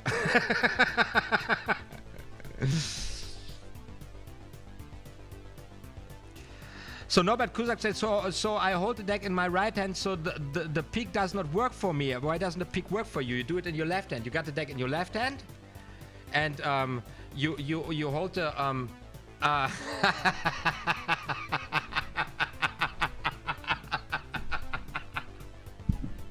I'm so sorry. I'm so sorry. Was that now me laughing?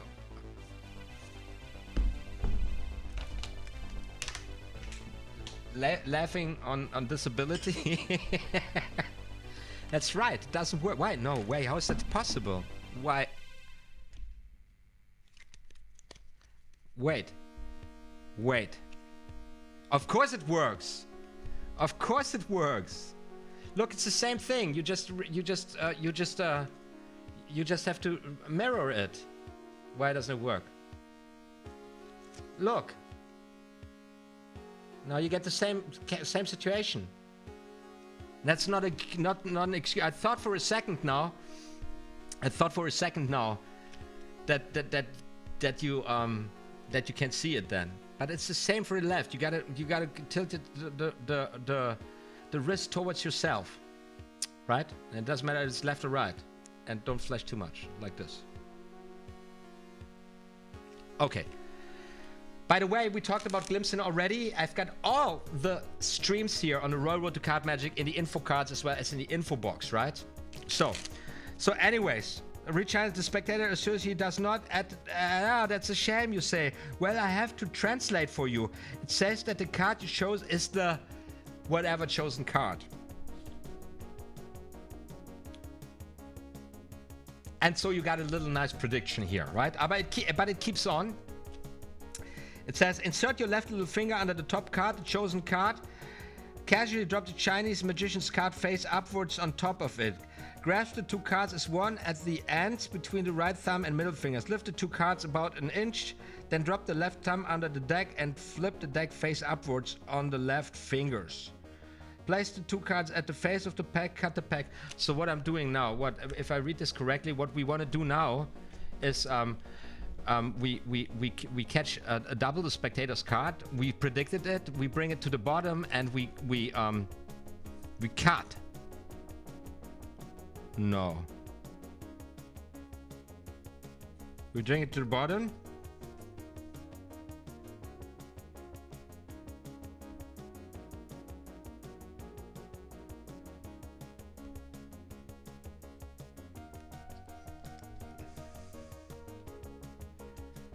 Cut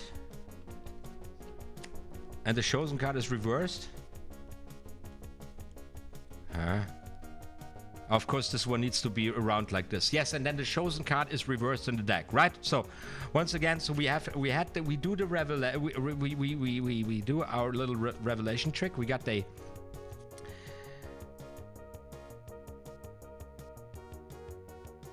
we place it face upwards on the deck. We have the spectator say it. We flip the card deck around. We cut the cards, bang, and then we turn them around again and then see, look, because your card is in the center. That's why the Chinese magician knew it or something. That's a trick. A little dumb trick with this effort of writing Chinese letters on the card. So because the pipes are on the left side. Ah, that's it. I'm so stupid. You're right. The pips are on the left side. But aren't there... Ah, the pips are on the left side.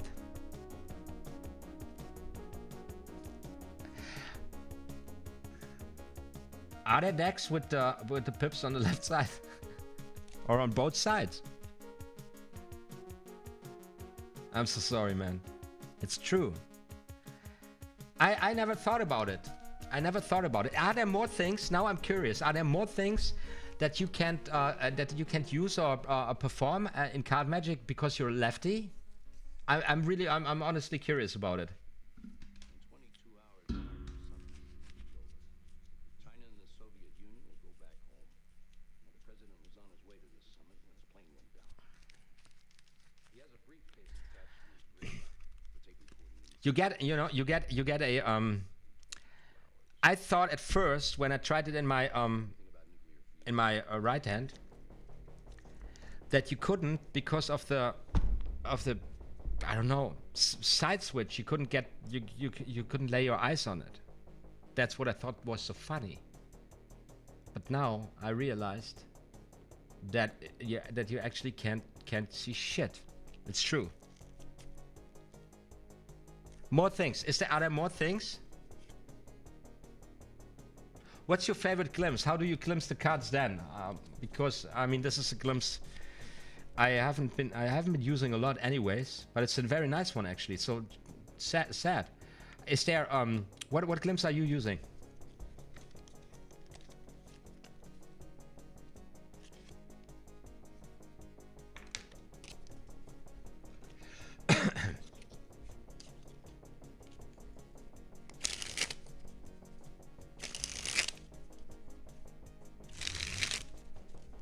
Oh, right.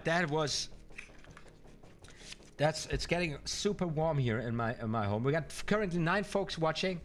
We are almost doing this for 1 hour and 24 minutes. Great.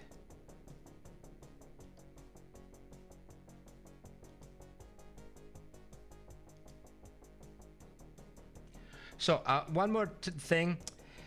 This is the tutorial series on the double lift. Check this out. I got a trailer. I got the best beginning double lift, the best working double lift, strike double lift, fancy double lift, and then set yourself on fire with this double lift, double turnover. Also going a little bit into the overall performance aspects of the whole topic of tonight.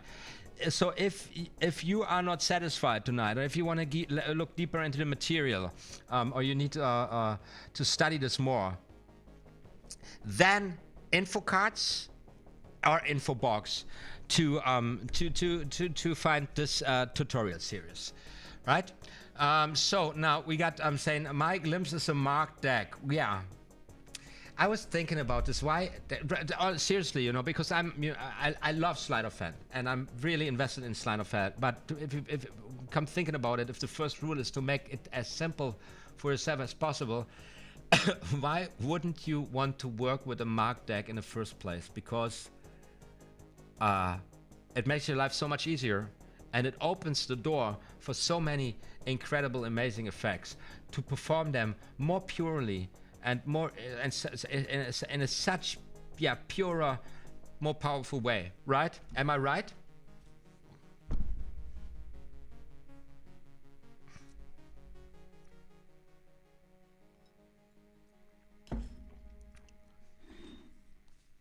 think so. I think so. Well, there comes a time, and I'm already moving towards this, where I will step back a little bit from sleight of hand, and I will will look deeper into other principles, principles or mechanisms, like mesmerization, mesmerized deck, or marked decks.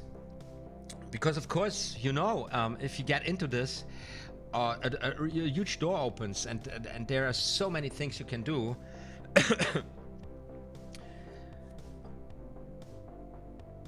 And then in combination with the solid base of sleight of hand,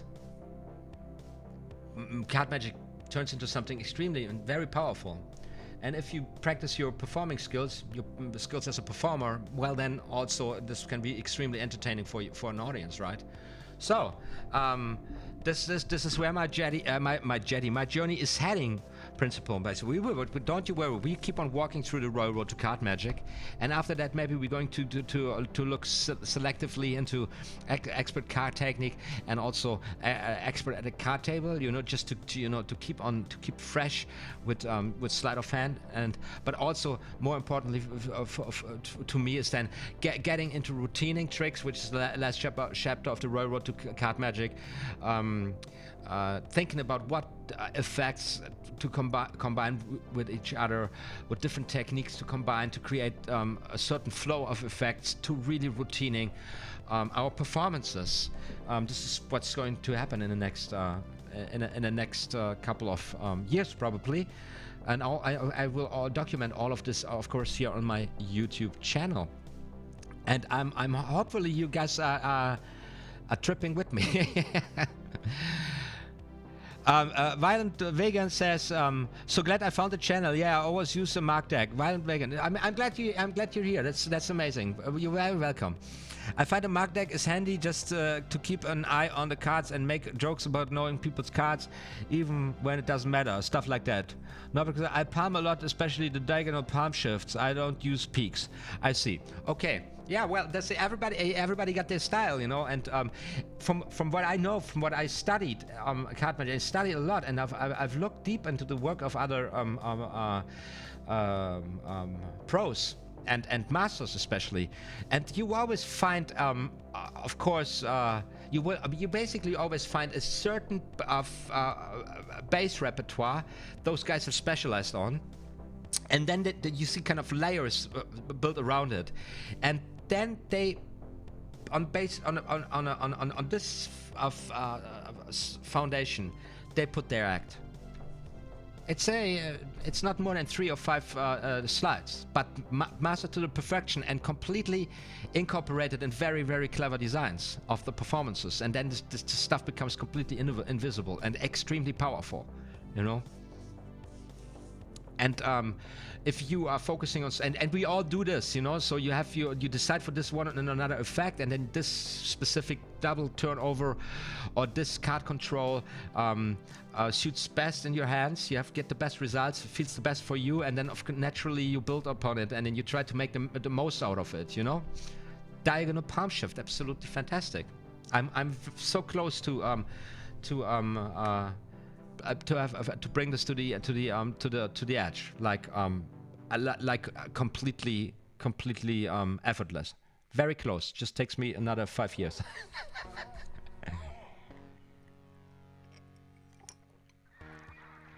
No, but because I said I would use them, don't get me wrong. Picks are awesome, but I need to work around this. Yeah, I mean, there are picks I can do as a left-handed person, probably. But do you need them? How often do you need a peak? You know, like for example, if you're working with mesmerized cards, like the mnemonica, or how's it called? Mnemonica. I can speak it. You know, with complete deck pre-ordered decks. You need to peak like you need to know a lot of peaks, and you need to be very comfortable with peaking. And also, this is a very different, you know, approach, because you have to very quickly remember cards, which is absolutely not my style. I don't like that. I don't like to look at a card and then, you know, have to, you know, the Queen of Hearts, the Queen of Hearts, the Queen of Hearts. It's annoying. I'm just dumb. You know, I can't do it. Of course, you can do it if you practice. You get better with everything. But no, Why would I need to position a key card in the first place if I can force them a card anyways, you know? Why would I have them choose 3 cards to then pick them, position them with the key card and kind of count them out? What, am I a beginner? You know what I mean? It's just a different style. There's not one thing is better or another. There is just the at the end, you're just as good as you perform the effect, as you play the magician as a character, and you entertain your audience. That's what I truly believe. I've seen incredible acts of cutting edge, absolutely stunning sleight of hand, and the audience, layman audience, is like, next. And I've seen people put the roughest work, handwork, and doing really the most fundamental thing. One simple ambitious card invisibly flies through the air and lands on top of the deck, and everybody's like, ah, you know. Rush a rain of lighters, you know, one lighter, and the next thing he's got a big lighter. People are it's super sloppy performed and stuff like that. And it's like, it's not so much. It's the most important thing is do you get the people into the vibration to just have a great time and go like, yeah, it's a magic time, and not like, you know, bore them to death with too long explanations, which I used to do a long time. It's like, now I want to perform the cups and balls. It is the oldest trick. So although the Egyptians knew it before, and then you like, and then being so delusional about yourself that you think that you're the first one who's pulling all these lines off, you know. Now you gotta be innovative. You gotta be yourself.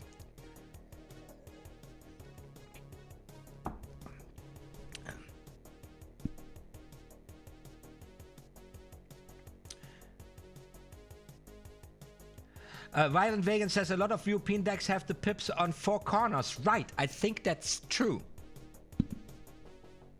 So, and then Norbert says, I wouldn't perform with my own cards, which is not standard. They'd think it would be gimmick. Nah, not so much. Not so much. It depends on what kind of performance situation you're in, you know. But this is what I'm always saying. Laymen don't know anything about it, and if you don't bring your attention to certain things, of course, if you perform something impossible, and that's why I believe that you will not get away at a certain level without a little bit of sleight of hand. You need to make them believe that you are no, that's not right what I'm saying.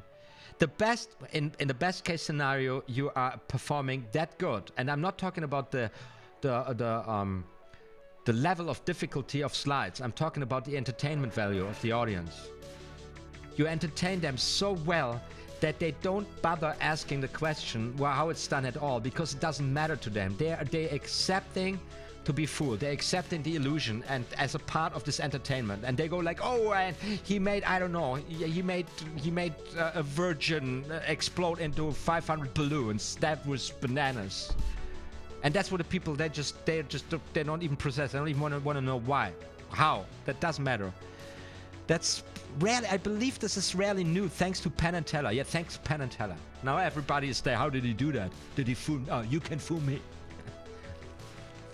It's not about fooling people. It's about entertaining people. And then it doesn't matter. And then, however, if you play it smart, and this is really thin line, because you never want them to think about the method at all. That is your key. That's the key. That's the main objective. But of course, you might want to get a little drive in there. So once in a while, I really, like to perform a little bit of skill in a playful manner. For example, there are a lot of themes out there in card magic or in close-up magic that are based on displaying skill, like 3-card Montre, this game, and then there's always part of this explanation, blah blah, and stuff. So to establish a little bit of skill on your side is not too bad, because then if you bring up a gaff card, or a memorization, or a stripper or a Svengali or a mark deck, they won't think it's in the cards. They will think it's crazy what you can do. Never open a gig with a Svengali. Because it's impossible. And don't push it too far with a mark deck. Am I right? Because what can you do with a mark deck? You can have them shuffle the cards, and then you can have them take a card out, any card. They do everything themselves, and you just say, you just need to take a look at the back of the card, and you say, oh yeah, I can read your card. It's the three of diamonds, or whatever. Do this 3 times, and then they will be like, that's a mark deck, and then all the magic is gone too. I saw a guy doing an ambitious card in the central London with obvious noisy passes and flashing the double lifts, and the crowd loved him because he was so entertaining and funny, I suppose. Yeah, that's just true. And then yeah, and there are these guys, and some just leave the magic behind and become fantastic comedians. Not those stand-up types or whatever. There's so many ways to go. Tommy Cooper, funniest man on earth, died on stage, making everybody laugh. Everybody thought it was a joke. Used to be a decent magician. Then he realized at the point where the stuff, the magic was at this time in a I would say Sackgasse, in a one way. What's that called in English?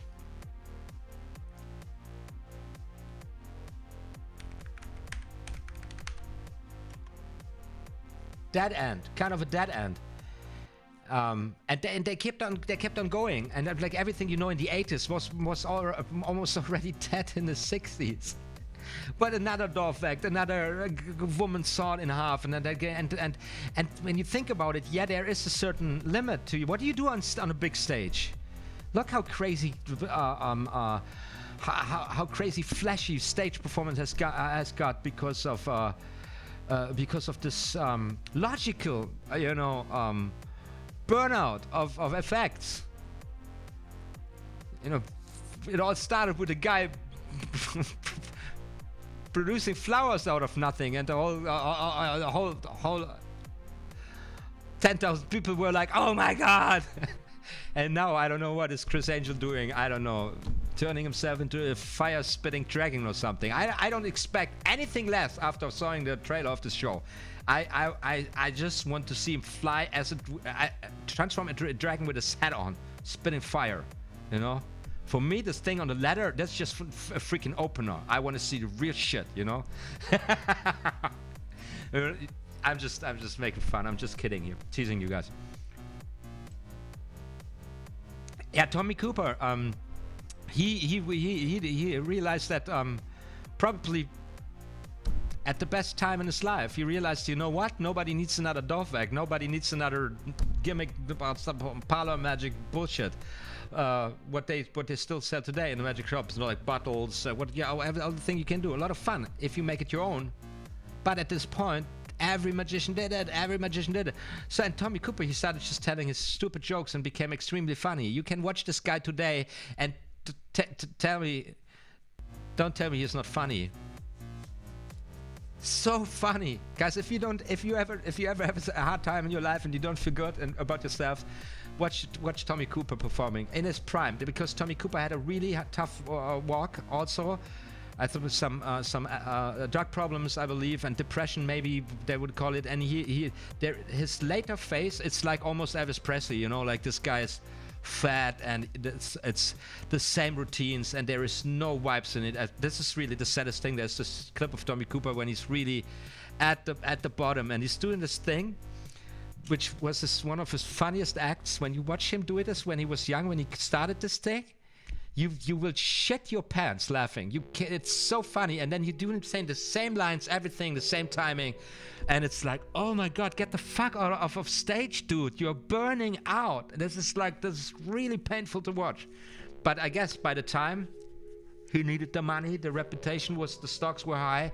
Just keep on rolling. Just turn the camera on. I keep on doing this shit. Yeah. Anyways.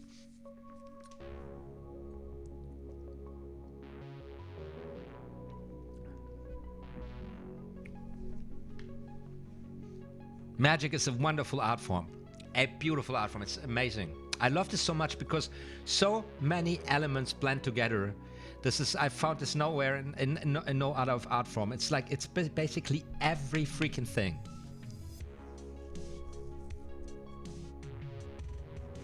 It's just true. If as soon as you go on stage, you better know how to dance, baby.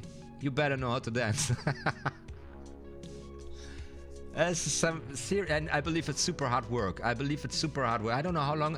For how long is David Copperfield now performing in Las Vegas? This must be incredible, impressive, really impressive. Man, we have seen some great magicians. We have seen some great magicians in the last century. And now there's a rise of new folks, and it's a different talk. And of course there's conflict, you know, because the older guys, they envy the younger guys, and the older guys, they don't get the new media. How can they? It's so freaking fast, man. I was born 75, right? And I just I already feel retarded, like a really old man. It's like, what the heck is going on? Everything's way too fast. How must a baby boomer feel? It's a true story. Okay, that's the last story I'm gonna tell you, and I quit it for tonight. Just in this context, when I just went to Barcelona a couple of months ago or something, and I went to a very, very beautiful magic shop there, and because I went for a little shopping, and yeah, of course I'm a magician, and I got into a nice conversation with the guy, and then at a certain point, the father of the guy who were you know, selling me stuff and showing me his products, showing me around in his shop, came out to perform for my girlfriend and her friend, so two women, and the guy is doing a coin through hand with a shell, and he tells to two women the story of that his wife, it's like with his wife, whenever he puts money in there, it disappears, you know, so as if she had a hole in her hand, and then he made the effect. Like, you can't be more sexist at that. Probably it was the funniest line throughout the 70s and 80s, and it worked very well, but it was 2019, and I don't speak Spanish. He did this in Spanish.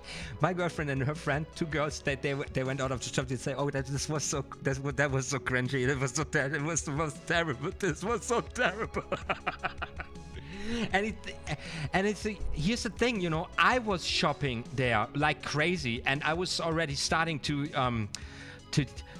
sell my watch and my rings and my shoes, you know. I was almost stripping naked, you know, to getting everything out of this freaking shop, you know.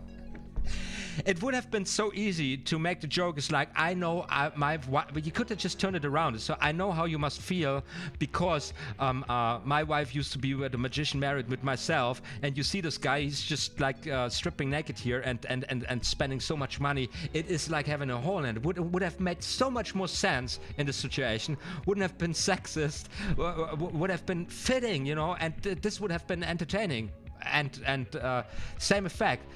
What happened is that when the coin dropped, my girlfriend and their friend, they were like, oh my god, I want to get out of this fucking shop. And this is just, you just gotta keep that in mind. And this is, I believe, this is really also sense of humor changes. That's a problem the comedy guys have. That goes fast. Within what, 2, 3, 5 years? Jokes that used to work around every freaking corner now are now the cringiest shit you can do. Oh my god. You better stay fresh. You better stay fresh. I'm so glad I'm not a professional performer.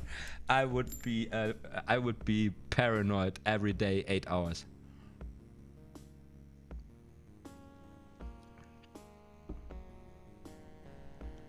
I've been trying to learn Tommy Cooper's four aces. It's on YouTube. I'm going to watch this. I don't know it. I didn't know Tommy Cooper did. Yeah, cool. And I believe it's also very okay But this is only for beginners and novices, or also for hobbyists, to kind of copy as an act that works in a way, to make the people laugh. Of course, as soon as you bring out products and you say this is what I invented, then of course that's not ethical anymore. But at that point, so when Tommy Cooper has a funny performance, and this is when did he do this? Probably in the 60s, late 60s, or what? I don't even. I gotta look this back, like back in the days, and also in another cultural sphere. And this is a funny routine. Just take it, use it, take it like this, and get your performance experiences and try to make it work. And then you will find what works for you, and then you will get your own thing out of it. This is really the way to go.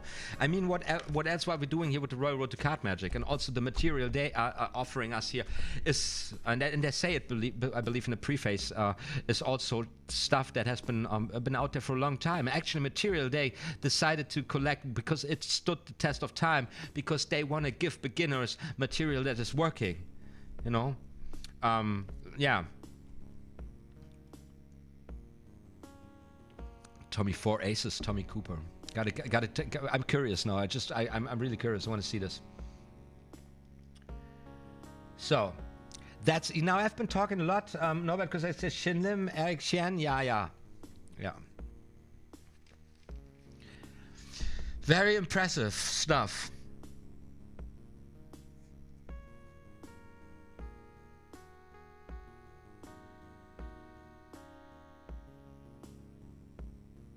Yeah, the 4 Aces is based on a much older trick from the.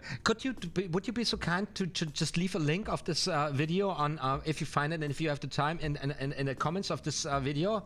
I'm going to take a look at this. Here's the things that because I don't have a parlor act. I want to build a parlor act very soon, because I just need to do this. I've been too close with people for the longest time. I want to have a little bit distance, And I have a very, very simple selection of a certain amount of routines I would bring on stage and try to work them out for myself. But I need a little bit more time. It takes so much time, and I'm a working man. I have 2 other jobs, to pay my bills. So let's see when is that. There's this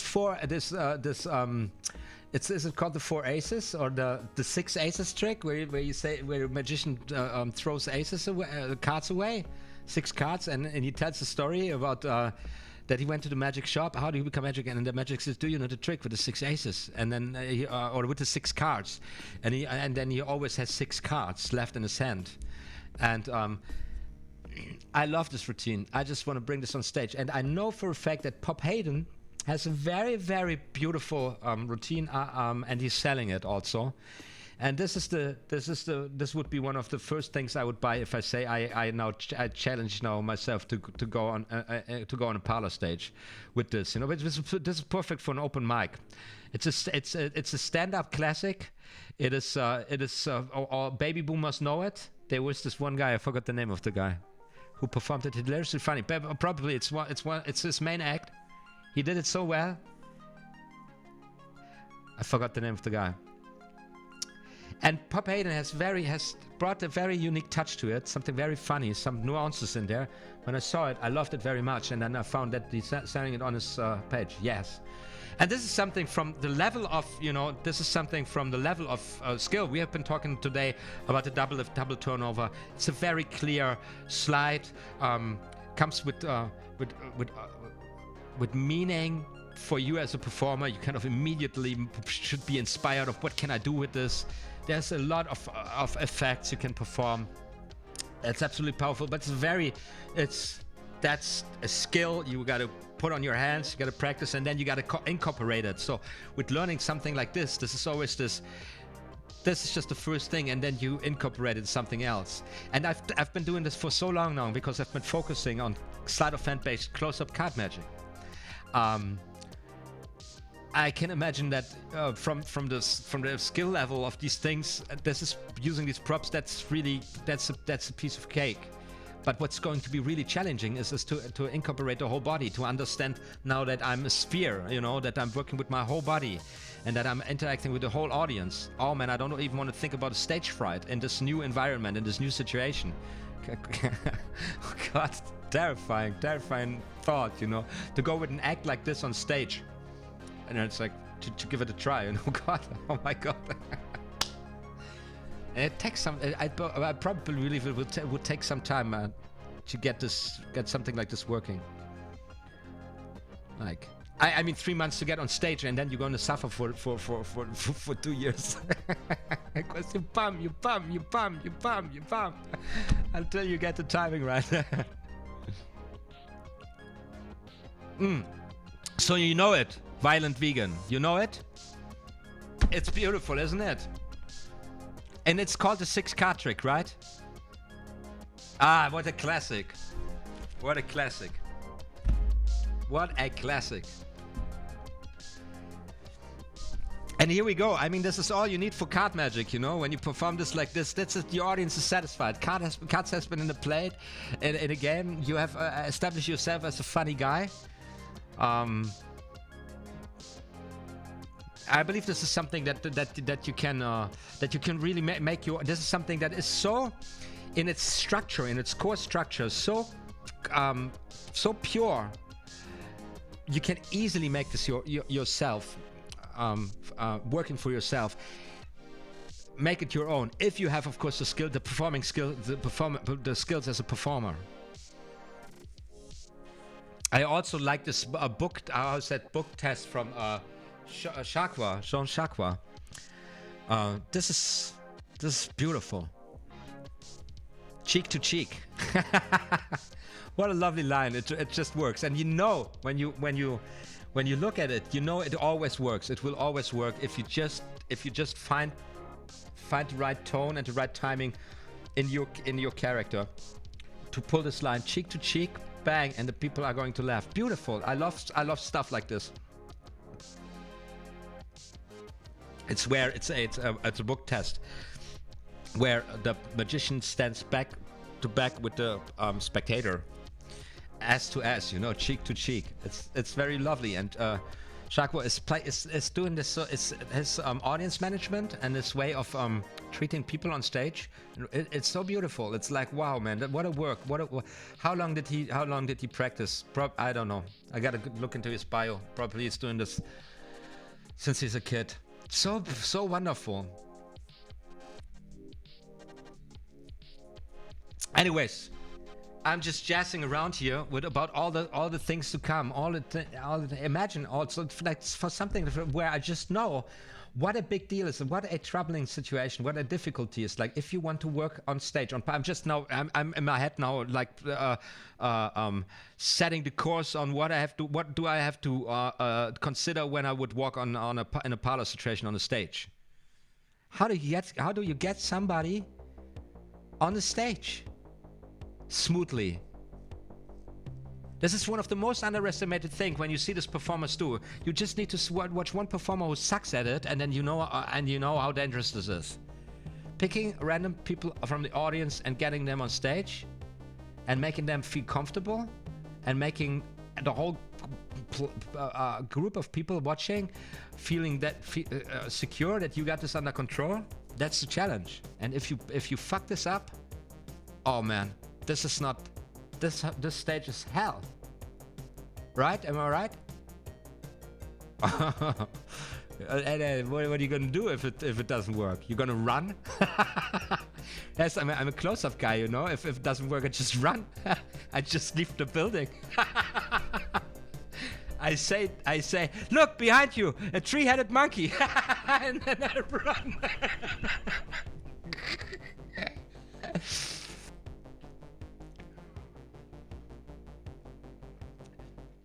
Yeah, of course. Papanis, his routines they are refined. They are so fine-tuned that is. And don't get me wrong, it's not like I buy it and then I can do it. That would be ridiculous, you know. I buy this shit.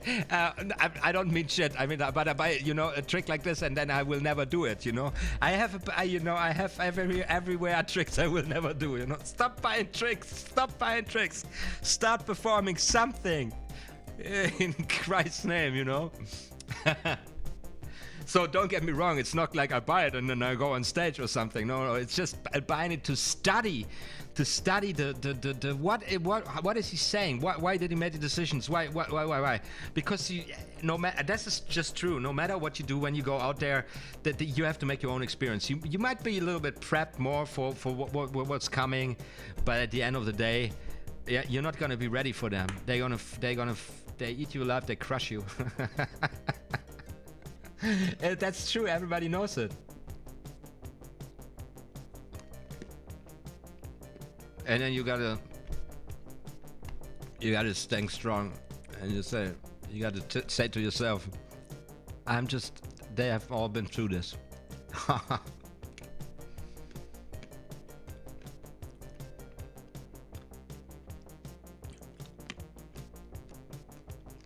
So, who's still in the house with me, guys? I've been here completely jazzing around. Today I'm lazy, you know. I didn't even practice. I said I want to make the live stream shorter. I didn't. I just kept on going. But what did I do? I just was talking like random stuff. Just like that. About my dreams, my fears, my visions about magic. And there's 11 guys watching this. What's up with you? What are you doing? Are you practicing cards? Are you having a great time? It's time to say goodbye. You guys, you just have 45 seconds now to say goodbye to each other. And then I'm going to give you my finishing lines, and then we meet next week, right? Because next week, guess what? The pass. Oh, we're doing the pass.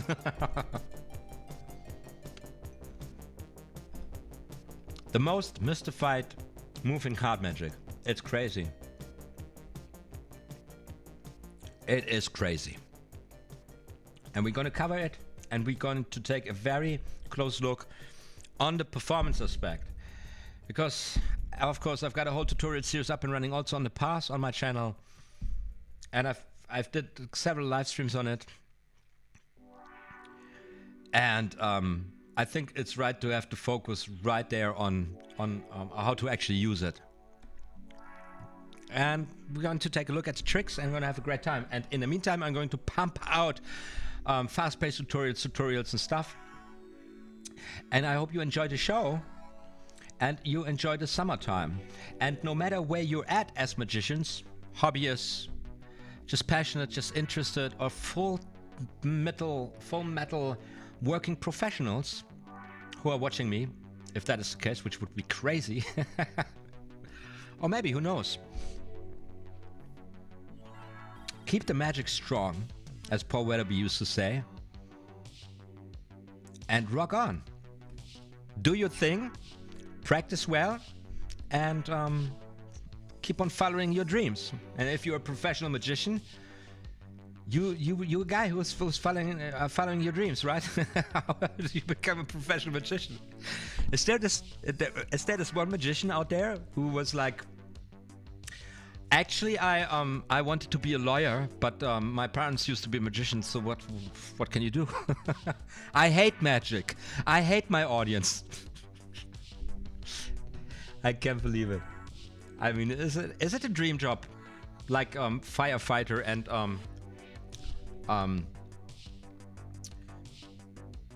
firefighter for children? What do you like? Astronaut, firefighter, and magician, right?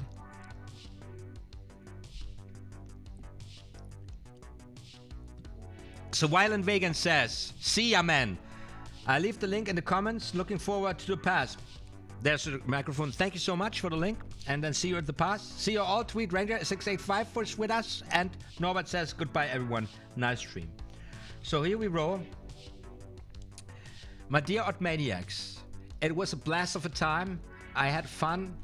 I went a little bit loco bananas and crazy tonight, but it's not a big of a deal.